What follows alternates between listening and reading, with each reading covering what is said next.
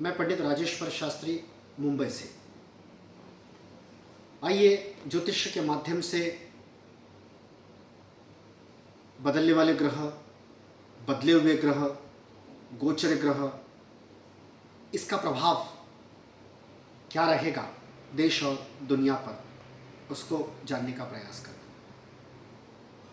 आज 24 अप्रैल 2020, आज बुध मेष राशि में प्रवेश कर रहा है।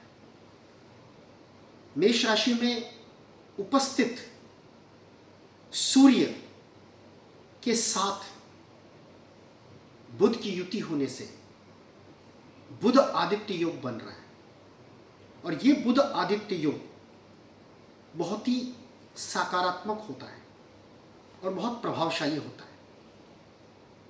तो बुध आदित्य योग 24 अप्रैल से 9 मई तक बन रहा है। ये योग इसके पहले इसी महीने में 7 तारीख से 13 तारीख तक 6 दिन तक ये योग था, पर सूर्य के मेष राशि में प्रवेश करने से ये योग समाप्त हुआ।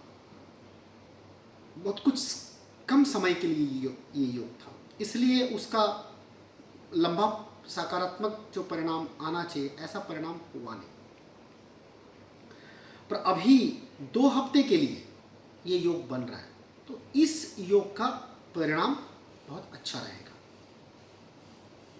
इस युति के कारण जो संक्रमण बढ़ रहा है, वो संक्रमण से जो संक्रमित हो रहे हैं लोग, वो इस युति के कारण वो संक्रमित होने वाले लोग जल्दी ठीक हो जाएंगे, और मृत्यु दर भी बहुत नियंत्रण में रहेगा। बहुत बड़े प्रमाण पर मृत्यु स्थिति नहीं है, क्योंकि संक्रमित होने वाले व्यक्ति स्वस्थ होंगे। शनि मंगल के कारण संक्रमण तो तेज गति से बढ़ रहा है, क्योंकि उसका उफान का समय है। इस समय संक्रमण तेज गति से बढ़ रहा है, क्योंकि 22 मार्च से लेकर के 5 मई तक शनि मंगल की युति होने की वजह से संक्रमण बढ़ेगा ही बढ़ेगा तेज गति से। परंतु आज बुध और सूर्य की युति से और 14 तारीख से सूर्य बदलने की वजह से इसका परिणाम सकारात्मक होगा। इससे संक्रमित व्यक्ति बहुत ज़्यादा प्रमाण पे ठीक होंगे, मृत्यु का दर बहुत कम रहेगा, ना के बराबर। तो इसलिए हमें परेशान होने की ज़रूरत नहीं है। हाँ, केतु मार्च 2019 से सितंबर 2020 तक 18 महीने केतु है, क्योंकि केतु एक वायरस है। केतु वायरस का जनक है, अपने आप में एक बहुत बड़ा वायरस उत्पन्न करने वाला ग्रह है। वो ग्रह सितंबर तक होने की वजह से पूरी दुनिया में सितंबर तक ये किसी न किसी देश में, किसी न किसी प्रांत में, राष्ट्र में ये रहेगा। और 5 तारीख से धीरे धीरे करके इस रोग पर नियंत्रण आते जाएगा, शीतलता होती जाएगा। परंतु मुझे लगता है कि ये होते होते मई आखिर तक, जून के प्रथम हफ्ते तक इसको नियंत्रण करते करते हमें उतना टाइम लगेगा, क्योंकि 90 दिन किसी भी महामारी, किसी भी बड़े रोग को नियंत्रण करने के लिए पहले 21 दिन, 30 दिन, 60 दिन, 90 दिन ऐसा समय लगता है उसको पूरा नियंत्रण में लाने के लिए। तो हमें भी मानसिक रूप से तैयारी करके चलना है। सरकार को भी ये निर्णय लेना पड़ेगा कि पूरा इसका 90 दिन का कार्यकाल को पूर्ण करने के लिए सरकार लॉकडाउन का समय धीरे धीरे बढ़ाएगी। हाँ, कुछ छूट मिलेगी, कुछ उद्योग शुरू करेंगे, वह पूर्णतः जैसे पहले स्वतंत्रता जैसी स्थिति नहीं रहेगी, क्योंकि प्रभाव को कम करने के लिए मई के आखिर तक तो हमें जूझना ही पड़ेगा, और आगे जा कर के और 15 दिन, यानी पूरा समय पूर्ण होने में मुझे लगता है 3 महीने का समय लगेगा।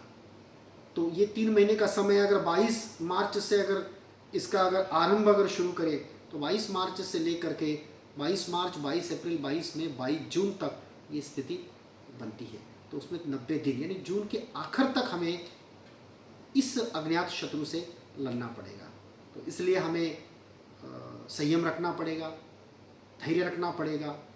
ठीक है, आर्थिक व्यवहार हमारे दिक्कत हो जाएगी, आर्थिक रूप से हमें तंगी होगी, मानसिक परेशानी होगी, अस्त व्यस्त स्थितियाँ होगी, परेशान रहेंगे, हम डिप्रेशन में रहेंगे, तनाव में रहेंगे, पर हमारे सामने कोई दूसरा उपाय नहीं है, क्योंकि इससे हमें लड़ना ही है और इसके ऊपर हमें विजय प्राप्त करना ही है, और इस महामारी को देश से बाहर हमें डालना ही डालना है।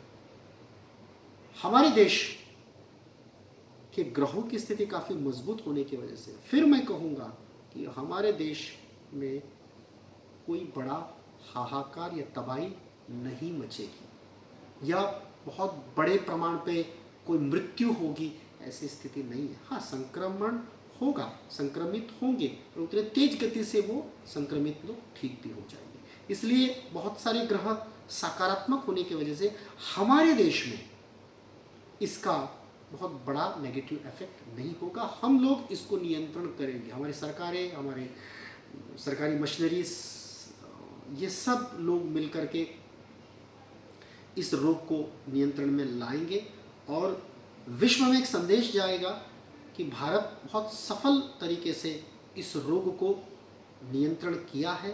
ये संदेश पूरे विश्व में जाएगा, इसलिए भारत का सम्मान भी बढ़ेगा और भारत की प्रशंसा भी होगी, भारत सरकार के काम की प्रशंसा भी होगी।